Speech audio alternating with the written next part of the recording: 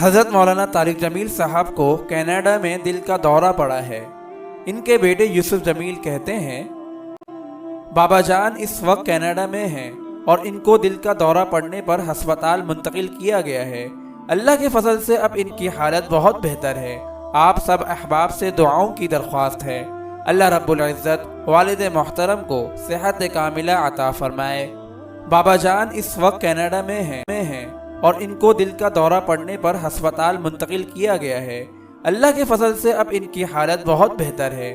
آپ سب احباب سے دعاؤں کی درخواست ہے، اللہ رب العزت والد محترم کو صحت کاملہ عطا فرمائے، آمین۔